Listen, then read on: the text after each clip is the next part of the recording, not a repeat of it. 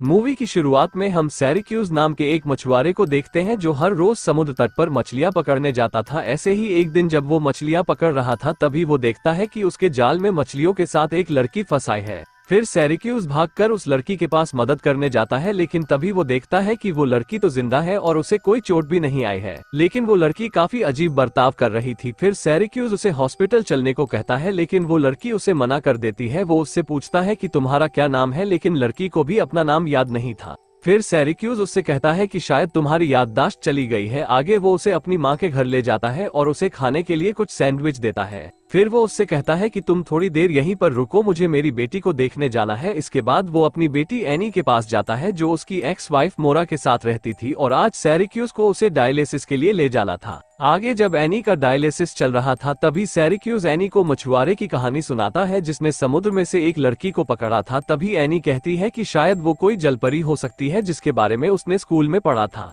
फिर एनी बताती है कि कभी कभी वो समुद्र के किनारे आ जाती है और जब तक समुद्र उन्हें वापस नहीं बुलाता तब तक वो वहीं रहती है। आगे डायलिसिस के बाद सैरिक्यूज एनी को उसकी माँ के पास वापस ले जाता है। यहाँ पर उसकी माँ उसके लिए एक नई इलेक्ट्रॉनिक व्हीलचेयर लाई थी और एनी उस व्हीलचेयर को अपने फादर को दिखाने के लिए काफी एक्साइटेड थी। लेकिन तभी वहाँ पर मोरा आकर सैरिक्यूज पर चिल्लाने लगती है क्योंकि उसने अभी तक डॉक्टर से एनी की नई किडनी के बारे में बात नहीं की थी। फिर अगली सुबह सैरिक्यूज को नदी के किनारे वही लड़की कपड़े धोते हुए दिखाई देती है जो किसी अजीब सी भाषा में गाना गा रही थी। वो लड़की सैरिक्यूज से पूछती है कि क्या मैं तुम्हारे साथ चल सकती हूँ, जिस पर सैरिक्यूज मान जाता है और उसे अपनी नाव में चढ़ने देता है। वो लड़की बताती है कि मेरा नाम ओनेडिन है जिसका मतलब होता है पानी। आगे सैरिक्यूज अपनी नाव को समुद्र के बिल्कुल बीच लॉबस्टर पकड़ने के लिए रोकता है, लेकिन उसकी टोकरी में कोई मछली नहीं फंसती। लेकिन तभी ओनेडिन गाना गाना शुरू कर देती है जिसे सैरिक्यूज ने कभी नहीं सुना था। लेकिन तभी वो देखता है कि उसकी टोकरी अचानक भारी हो जाती है और जब वो उसे बाहर निकालता है तो वो हैरान रह जाता है क्योंकि जो टोकरी पहले खाली थी अचानक उसमें लॉबस्टर और कई तरह की मछलियां फंस गई थी,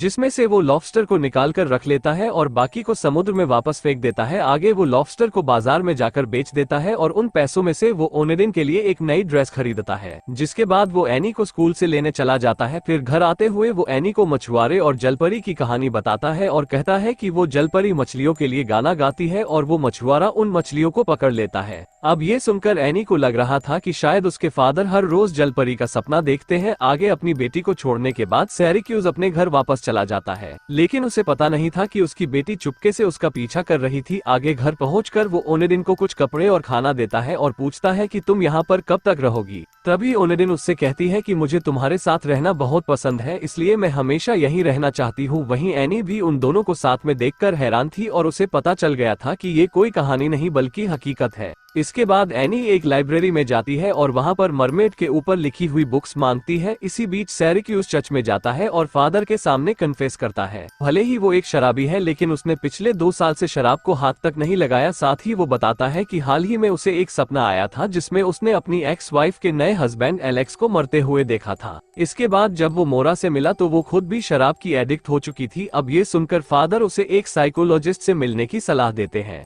फिर जाने से पहले सैरिक्यूज उनसे कहता है कि अब जो मैं आपको बताने वाला हूँ वो आप किसी को नहीं बताओगे। असल में जब मैं मछलियाँ पकड़ रहा था तो उसी दौरान मेरे जाल में एक जलपरी भी फंस गई थी जो अभी मेरे साथ ही रहती है और मैंने उसे सभी लोगों से छुपा कर रखा है। तभी फादर कहते हैं कि अगर ये सच है तो तुम पहले उसे यहाँ पर लेकर आओ, तभी मैं तुम दोनों की कोई मदद कर पाऊंगा। इसी बीच हम एनी को देखते हैं जो कि जलपरी और उसकी दुनिया के बारे में रिसर्च कर रही थी। दूसरी तरफ ओनेडिन कॉटेज की सफाई कर रही थी, जिसके बाद वो सैरिक्यूज की लाई हुई चीजों को देखने लगती है। उसी दौरान वो मछली पकड़ने वाले जाल को देखकर उससे आकर्षित हो जाती है और उसे अपने हाथ पर लपेटने लगती है। फिर अगले दिन एनी अपनी दादी के कॉटेज में जाती है और वहाँ पर वो ओनेडिन को तैरते हुए देखती है, जिसके बाद वो हिम्मत करके किनारे पर आती है और ओनेडिन से कहती है कि मुझे मछुआरे और जलपरी की कहानी के बारे में सब कुछ जानना है। साथ ही एनी उसे उसकी बीमारी के बारे में बताती है और उसे उसको ठीक करने के लिए कहती है। तभी ओनेडिन कहती है कि मुझे कोई जादू नहीं आता। फिर एनी उससे कई तरह के सवाल पूछती है, लेकिन यहाँ पर ओनेडिन को एनी बहुत पसंद आ जाती है।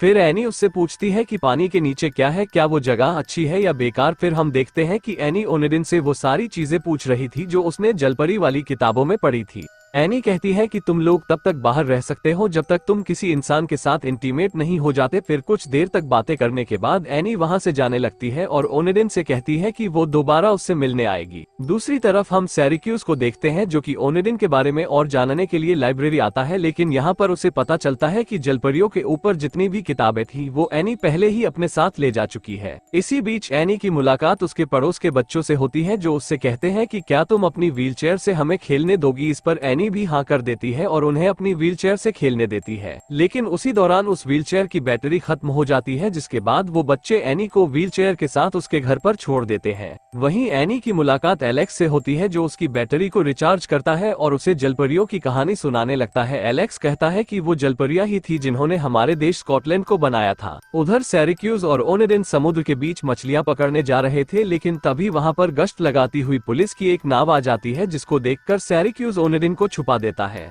वहीं ओनेडिन अपने पैरों से नाव चलाने लगती है और कहती है कि मैं तुमसे बेहतर नाव तो अपने पैरों से चला सकती हूँ, जिसके बाद वो गाना गाना शुरू कर देती है। वहीं सैरिक्यूज जब अपना जाल ऊपर खींचता है तो वो देखता है कि उसमें काफी सारी मछलियां फंस चुकी थी, लेकिन उसी दौरान वो उस पुलिस वाले नाव को वापस लौटते हुए देखता है, जिसके बाद वो सैरिक्यूज की नाव पर आते हैं और देखने लगते हैं कि कहीं सैरिक्यूज सैल्मन मछली को तो नहीं पकड़ रहा, क्योंकि उस मछली को पकड़ना यहाँ पर अपराध माना जाता था। अब सैरिक्यूज उनसे कहता है कि वो कोई इल्लीगल काम नहीं कर रहा और पुलिस वालों को भी वहाँ पर कुछ नहीं मिलता, जिसके बाद वो वहाँ से चले जाते हैं। वहीं सैरिक्यूज ने ओनेडिन को बेसमेंट में छुपा रखा था, जिसके बाद वो उसे बेसमेंट से बाहर निकालता है और कहता है कि तुम्हें किसी ने नहीं देखा। इसके बाद वो दोनों बंदरगाह पर वापस आते हैं, जहां पर ओनेडिन कहती है कि मैंने तुम्हें इतनी मछलियां दी तो बदले में मुझे भी कोई गिफ्ट चाहिए और वो गिफ्ट मैं खुद चुनूंगी। आगे वो दोनों वहां से जा ही रहे थे कि तभी रास्ते में उन्हें एनी मिलती है, जिसके बाद वो एनी को भी अपने साथ लेकर एक शॉप पर आ जाते हैं, जहां पर एनी ओनेडिन को एक अच्छी सी ड्रेस चुनने में मदद करती है। वहीं शॉप के बाहर सभी लोग ओनेडिन को ही घूर रहे थे, क्योंकि उन्होंने इतनी खूबसूरत लड़की आज से पहले कभी नहीं देखी थी।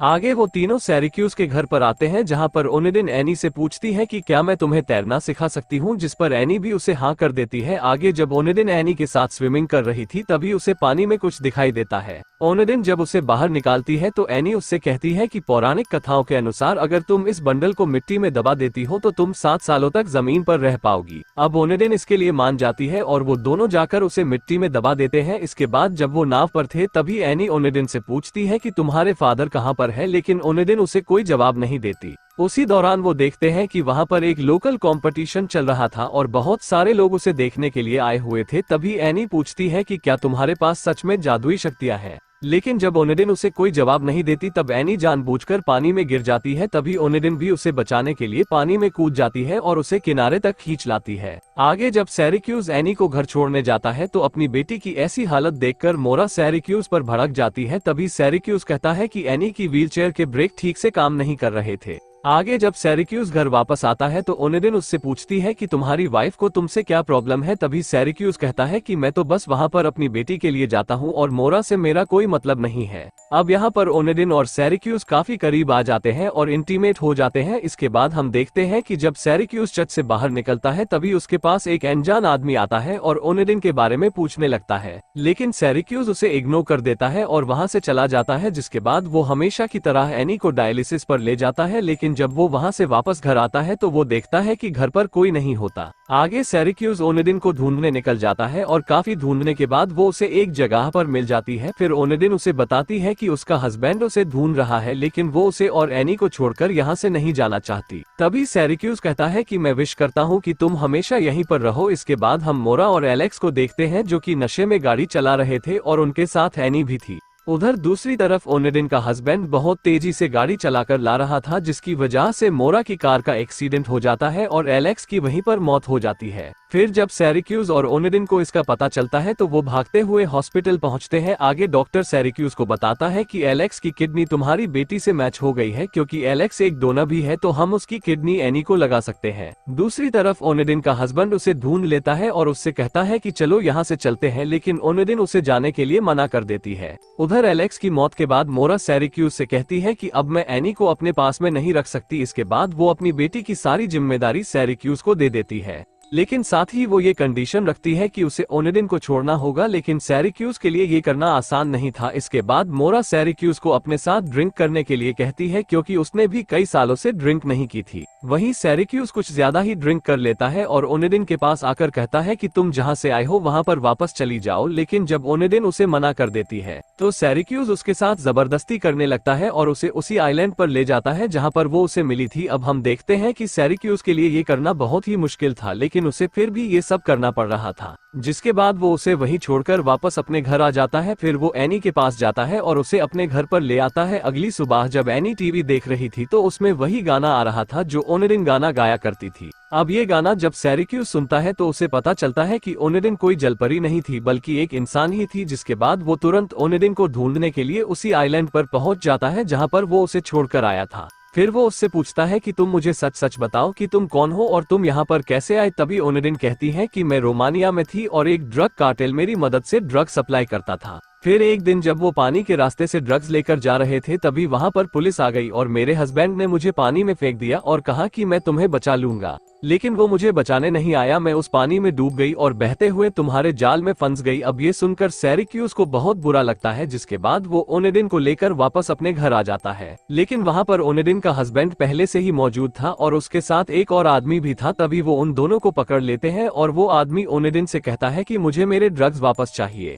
तभी हम फ्लैशबैक में देखते हैं कि जो बंडल एनी और ओनेडिन को पानी के अंदर मिला था वो कुछ और नहीं बल्कि ड्रग्स थे जिनको उन्होंने जमीन में दफना दिया था। अब ओनेडिन उन्हें वो जगह बता देती है, लेकिन जब वो लोग वहां पर देखने जाते हैं तो उन्हें वहां पर कुछ नहीं मिलता, क्योंकि एनी ने ड्रग्स निकालकर कहीं और छुपा दिए थे, क्योंकि उसे लग रहा था कि जब तक ये छुपा रहेगा ओनेडिन कहीं नहीं जा पाएगी। आगे जब वो लोग एनी को धमकाने लगते हैं तो एनी उन्हें ड्रग्स की लोकेशन बता देती है। आगे जब वो लोग उन ड्रग्स को लेने के लिए वहां पर पहुंचते हैं तभी मौका देखकर ओनेडिन अपने हस्बैंड को पानी में गिरा देती है। अब क्योंकि उसके हस्बैंड को तैरना नहीं आता था तो वो पानी में डूबकर मारा जाता है, लेकिन इसी दौरान वहां पर पुलिस भी आ जाती है और ओनेडिन को अरेस्ट कर लेती है क्योंकि वो यहाँ की सिटीजन नहीं थी। आगे जब वो उसे उसके देश वापस भेजने वाले थे तभी सिराक्यूस को एक आइडिया आता है और वो ओनेडिन से शादी कर लेता है, जिससे ओनेडिन भी अब यहाँ की सिटीजन बन जाती है। इसके बाद सिराक्यूस, एनी और ओनेडिन साथ में खुशी खुशी रहने लगते हैं। और दोस्तों, इसी के साथ ही ये मूवी यहीं पर खत्म हो जाती है।